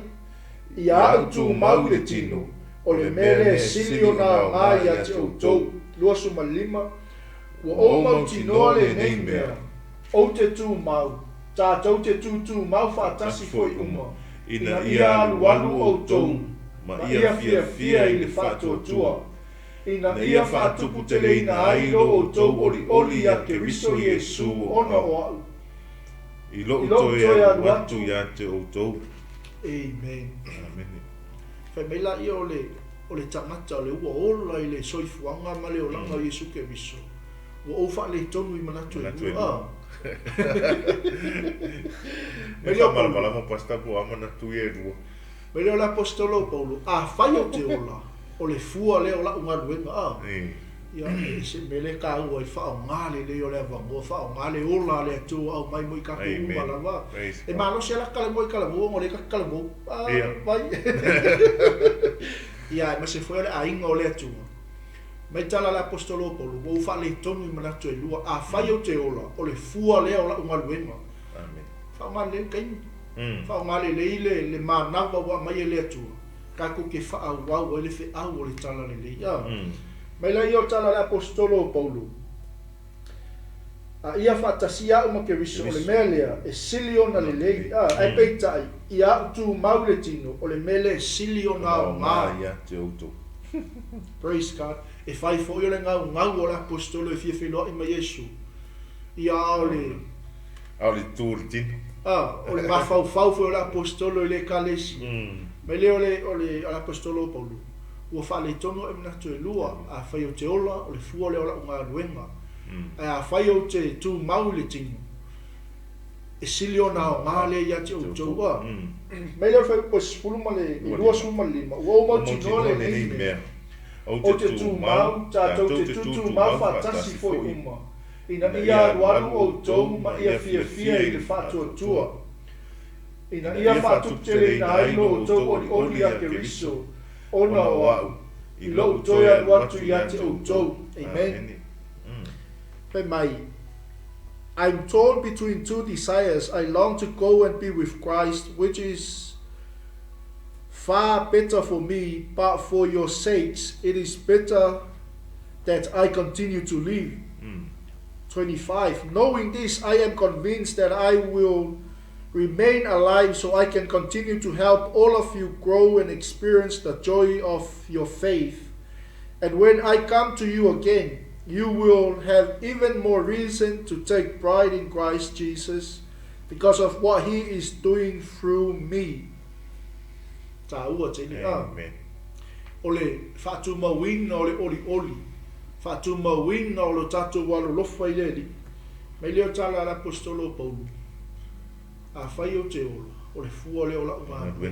A fai o te tu mauliti. E silio na mai te tu. Wa makaunga fale tonu la apostolo I manato e tau fen fa pe na tatu wa. E kele o kaimi wa kafia o ai le mamalu o le atua male fia no I ma Yesu wa o le asiso ka ko ma Yesu ia ai silio na o ngalo tatu ia le tinu ka ko ke fifa ama fanga Amen. ka ko ke alo lofa I o tatu uso ke misiano ina ia mafai ona tu mau pe tatu I le anga le lei ma le lofa le tu na ia mafai ona fa wau tatu ngal benga ta ua tele o le olanga le o Paulo o le soifuanga le o le apostolo na ola ia ke viso Yesu le ia ile ki verse o le ta upu le ile fai pedosu matas o le ki verse 21 Wa o lo wola o ia ke viso lea a o lo woti o lo manuia lea. Amen. For to me living means living for Christ and dying is even better. E vai le ia o le ola ai sili alea sili ale oti la ngole oti o le o tato manuia. Amen. Mela life is temporary. Fa o ngale le ngolo mo e ka ko langa ia e le kai me set ia le tu le mana wa. Amen. E le tai me a fe ai oi mai tato mo le oti. A famiglia l'apostolo Paulo o le ki verse o le tato tato mo o le oti o lo manuia le e sili ale oti. Ale ola o ia ke viso. Ia u ka ko ke fefe ka ko ke Tele la ke visiano. Mai o tangata fa o loina tangata le tua. Ai fefe le oti. Samoa, fai po do sumal fitu o le lava tato taimi. Le la fa umatui langa ole fa malo simuli muli ale a Paulo tau mo. Inga ia ola le kalesia ia ma se foi tato umala. As a citizens of the kingdom. Amen. Ina ia ola I tato e lo tangata lalang au tangata le ole malo le tua. Mele fai po do sumal fitu. Tau ina ia tusala o Toa mio ma le tala le leia ke viso. Pe a fai o te watu ma whai doa I mautou. Pe o te nofo ese, ia o I lo pea sina tala ia te outou, ua outou tō mau I le loto ngatasi, male manatu e tasi, o lofi nau whaatasi ma whātua tua, ua I le tala le lei. Amen. Mai whapertania. Above all, you must live as citizens of heaven, conducting yourselves in a manner worthy of the good news about Christ. Then, whether I come and see you again or only hear about you, I will know that you are standing together with one spirit and one purpose, fighting together for the faith, which is the good news. Amen. E tāua te lea anka ngā whaasoa toa tātou polkalami, tāua te le meron ngā lulue whaatasi. O I tūtino, o le tino ke viso asea, lea ngā o le taua lea o le whaatua tuolo tātou ngā lulue ei.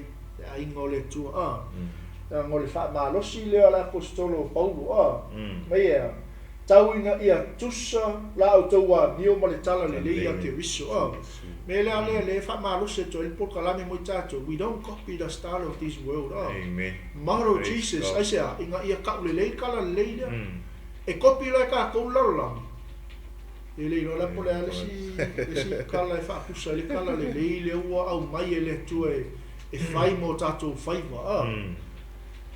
tau ina ia tusa la o taua miu matala leia ke riso fa mai la io l'apostolo pe a fai o tan watu ma feilo I ma o tau pe o teno fo ese ia o I loa pe si matala ia te o tau tu mau le loto matasi male manatu e tas.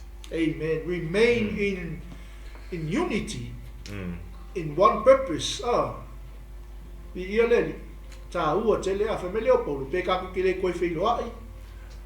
Ai o tu mau ai mau e ia sina tala o lo tu mau le ka le sia I le loto e tas Amen. male manatu e tas Hallelujah. e nga fo I tono I le uta tu wainga pas le saunoanga le apostolo Praise God.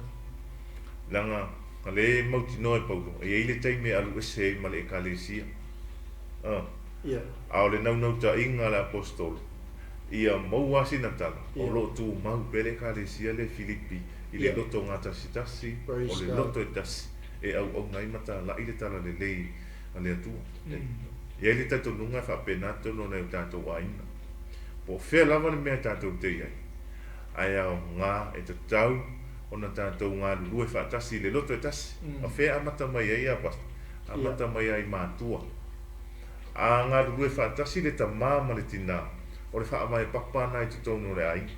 E tau lai I ai le wa ai al whanau. Ina ia maua le ngā lulu e tas. O le loto ngā tas tas. Awai, e mawhai ona mau popo te tono mafutanga e ka le sia. Ma so se whaala puto ngā Samoa. A mata mai tono le ai. A mau popo tono le ainga, ma maua le loto ngā tas tas. Whapena fu ona mau popo le tino ke viso I so se mea lama tātou te oi. Ai a wha le tono mai te tono tātou ainga.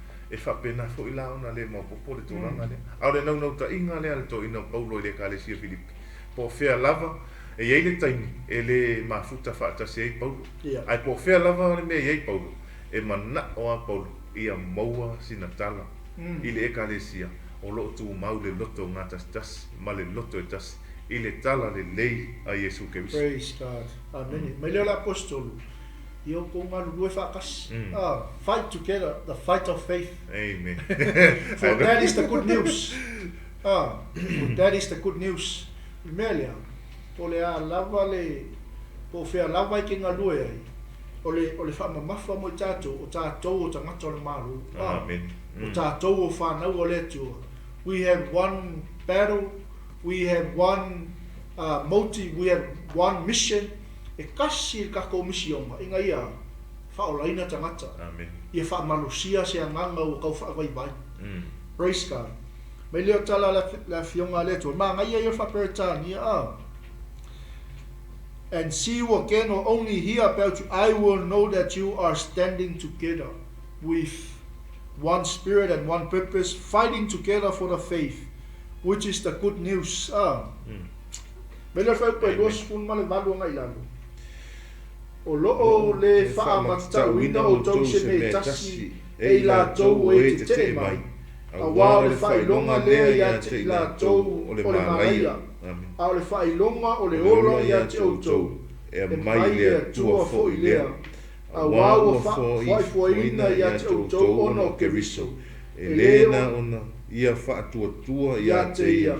A ia whaatinga ina fo I o tau ona o ia. Ua ia te o tau fo I lea lava tāua, pei o lea na o tau vai. Mai ia te au, o lo o tau whaalongolongo nei fo I o ia te au. Amen.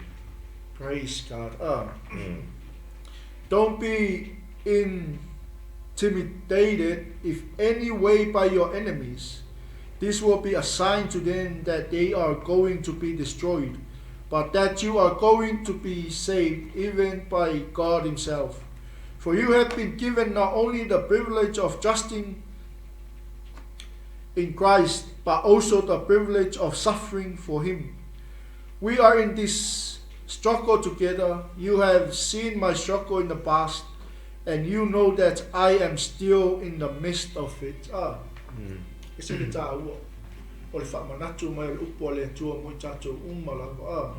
Me le tāua ai, o le kaimea e luka e kako fō lauma. O le kaimea e awha tia i tātou sawaringa. Ia e manatua ke risu. Ia e manatua ona pōpua ngā. Ia e manatua tae fia vai. Tolu sui. Praise the Lord. Ia e mana tua pua ngā o le li whaaula. Amen. Nā ngol tala le la apostolo Paulo. Ia sava wali o tau o tangata o le whanau o le tua. Live as citizens of heaven. Ia ora o tau o tangata o le malo le tua. Praise God. Whamela i o le whamalo se la apostolo. O ana tai upun tau mo le kalesia. Ngai whaamaku ka winga o kou i le au ke e mai a. O kako ke papoli. O ngi whawhiwhinga kako. Iyo. O ngi whawhiwhinga kako ngā kai ke le tala le lea Jesu ke wiso. Awa ia si la fia sa moa ma wailo. O le unga o ia tangata. O le mala ia. I leo ni mau. A le manino le fionga le tua. A pasta. So saka ke ea. Le whemaikara kuspa ia. Very simple a. Tangata o le mala ia. ALIOLA e mai le atua lea a. Amen. Praise God. Whamalus au le upo le atua mo i tatu. Au wā ua foa i foa ina ia te outou ono ke wiso. E le na una ia whaatua tua ia te ia. A ia whaati ngā ina fo i outou ono ia. Praise God. Ele ka ua ia. A whai a mai ke wa ewa malau whaola kanga. A whai ngā wai si la fia le kala le le ia ngā eke ngofo i ke le o whai asau mele. I le tala le le. So le kakau ma fais kako ngaru. Kako uma. Ia le li mele whaftai au tau tatamu. E le au ngata. E le au ngata i le wala au le tua. Tatou uma lava o whanau le li. E alanga kako malolosi ma wha au wau pea le tatou whaiva i le tala le li. E anga o le wakako i loa. Wakako i loa le nga maliu mo tatou. Wakako i loa le na tongi o la inga i tatou. O tatou malama i le fatu o le atua. Ta ua tele, mea le whemei tala la apostolu. Aua ngi wha mata uina i tatou i e te te mai. I e whai mai, i e upu leanga mai. Ia kako wha malolosi pea. Malus. Wa o le malaia le i le au te te. Po le oti le au te te. O le manuia, o le ola lea mai le atua. Ia la whemei lo tala la apostolu poloa. Wau o foina fua. Fo ina ia te outou ona o ke riso. Elena ona ia whaatua tua ia te ia. Ia whaatinga ina fo i outou ona o ia. Pei pa tolu spulu. Ua ia te outou fo i lea lama tāua. Pei o lea na outou wa ai mai ia tea. Lo outou whaalongolongo nei fo i. O ia tea. Amen. Praise God. Ia le ngo o ia le whaasol ka kupoka la mea. Le tā ua oi, le tā ua i tātou umalava. Le ngā malama le lei paulo i lona tā ua. O ia o le tangata o le malo le atua.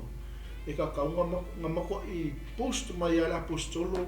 Ma mako i outstanding mai ale apostolo i le kalesia Filipi. O waku ke pala, au ke fefe au. O wangi wha matata uina o tau e se tangata. O wane i wha whiwheina tātou e se tasi lama. Ia tātou tū mau pe le tala le lei. Ia. Wa peola, peoti, manino a le upone atu. Olo ia ke wiso, oti o le manuia le. Hallelujah. O le māngaia i o le whaipule muli. I lona whaperetania. We are in this struggle together. Wewa ai ele kāu. A whaile ke ngā pātia ma e olo ia i le whinangalo le atua. E ke sila fo i le si au aunga. E ke la ngonga. E ke la ngonga le leo lo kako iai ko kongo le kaua le kasa. I le kako whaiva le lo kako ngā lulu iai. Praise God. Me fo le awai ke wa ai maua lalo i le si au aunga. Aua kako ke wa ai maua lalo i si au aunga le li o whanau o tala vou o lo tau mawhai le whinangalo le atua. Mele ka o le ngā o eka whaaso e ka hua kene melo ka kalo ai atu tātou i se meo o whaale tonu o le lato o nanga o le mana leo tātou te talo. Ina ia makua i wha ato to inga le au nanga ma le whaiva tala vou. Mai lato umalawa lo tau whai e se alanga le kako ke la ngonga le le kako ngā pātia. Mai le tala apostolo Paulo. We are in this struggle together. You have seen my struggle in the past. And you know that I am still in the midst of it. Kako i loa longa kua mai. Kako i loa longa ngua kia ma longa pōpuanga. Ka me leo la apostolo. Lea lava.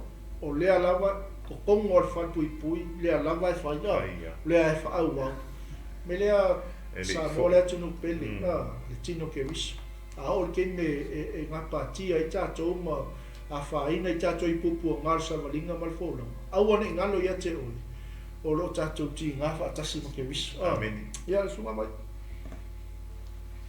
e matango fiele fa i uina o le tusia Paulo le kalisi Filipi ni tau kumomu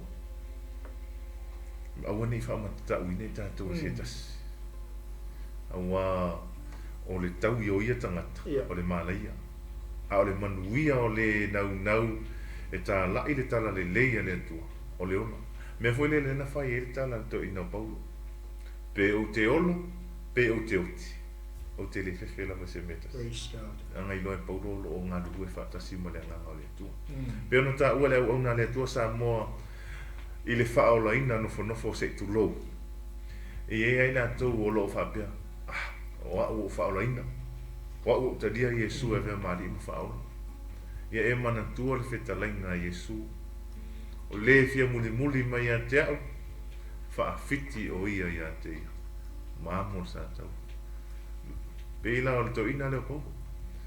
Na la ngona lo e Paulo. Fa fiti lo Paulo ia te ia. E sa we amor sa tau lo Yesu.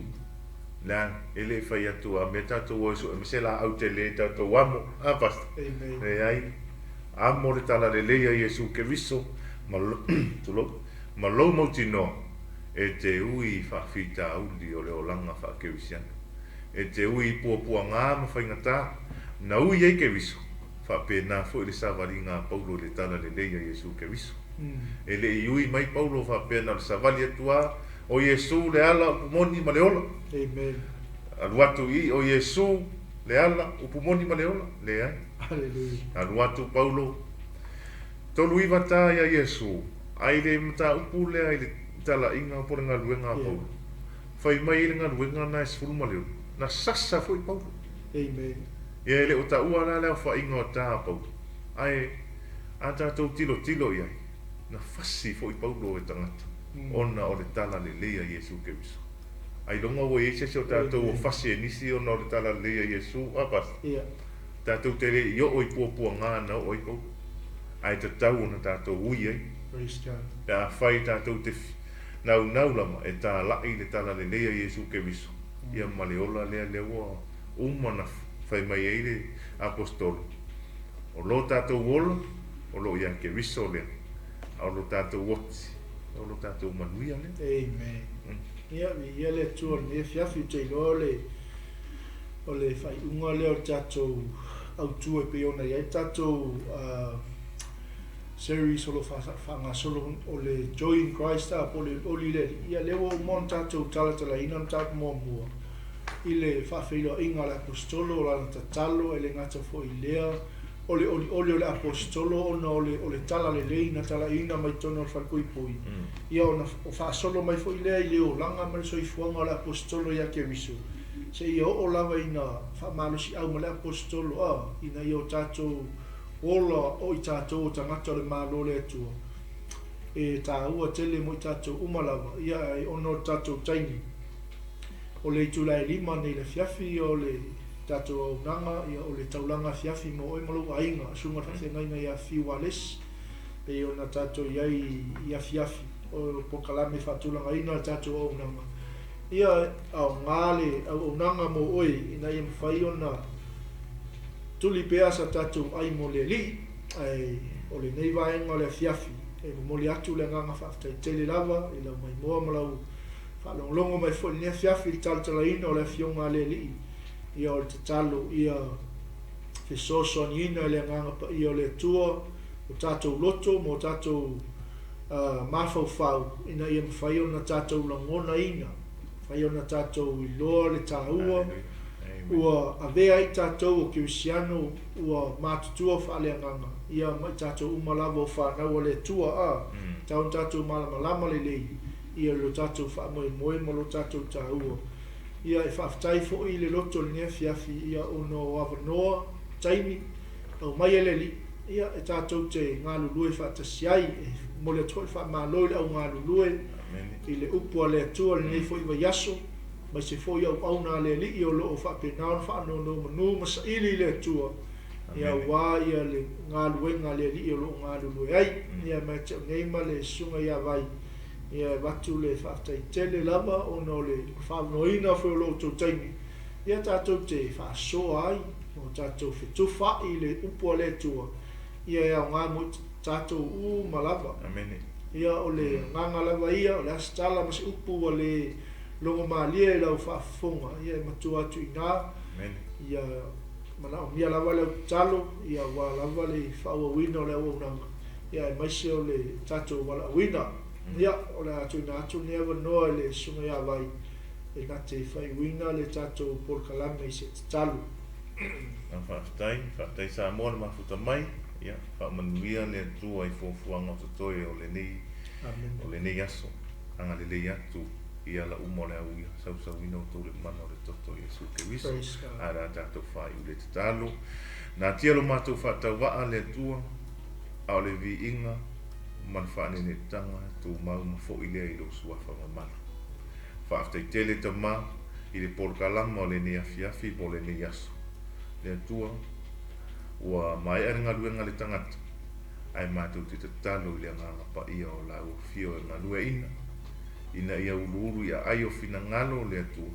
Ina ia maua se nganga e whaola ina wā oe malo malo e whaola mauta malo. Whaaftai lo whaonga ina o tama vale vale.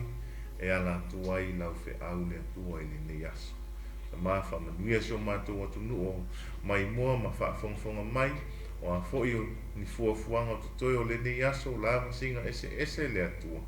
Wha mole anga le lei oiro mātou o la umata mā. Sauina ala o le auia. O a ma lava fuafuanga le tua. Kawa ma sauina i mātou le mana o le toto pa ia o Iesu ke wiso. Se taimi foi, whata o tō lia i moenga le tua. Anga le lei na o fio yo au angelu. Si o mia lo mātou ola. Maua fo i se moe le lei a whai ai le nāso fau i lo anga le lei le atua. Mi ia oe whaamavau. Whaaftaita mā i lo mafutaina o le nei porkalama. Whaamangalo mātou se māngasalo. I le toto tā ua o Iesu ke riso le li o le olo. Wa o le mavala au atuai. Amen. Amen. Amen. Ia, whaaftai sa moa. Mafuta manira e ngole fiafi. Mo le tuoli whaaftai tele lama i la tau o loo. Whaunoina o latu taimi. Ia, sunga le ia osi wai o manu. Tai uso mafuta mau te iloa o waenga le a vai. Ia, whaftai ia meis. Ia sunga whawhengainga ia e te wati. Whaftai lau sunga whawhengainga le mafuta mai foi. E lia whamuina le tu. Whaftai uso mafuta mai sunga ia tai tuli whau. Whaftai mafuta mai uso ma lo lawal fulfola. Ia le li, Ernie Edmund, whaftai mafuta mai, wha auta tawha, whaftai mafuta mai, Pele Masoe po toi, TK a 4, Pou soa 4, Nusolia, sunga taitai, sunga whawhengainga ia sua matamua, ia lava le li, tuia li, le asi, o Keti Levi, ia si o tinale ia to sivito le fota le timu whaftai tinale mafuta mai Gloria le ia taua ngalo en se misi se peti mai papakura whaftai ngalo mafuta mai whaftai talo Israel mai tuo ia le sunga whaiwhau ia le tinu malo fo mafulu oi sister tinea mafili a rio whaftai to fine malo ngalua le aso a mai kako pa mamoe Sista onge ia le li pule tai tau tasi ale koni sana fili oi malo la ofionga tupola ia le li ia ele tina au lele ia sa tanielu BURETA ke fa ko bisia ni la le to misi fato ia tau la papa suma le fa ia ta vita manu malo pasta malo le malue suma le fa vice junior ia le li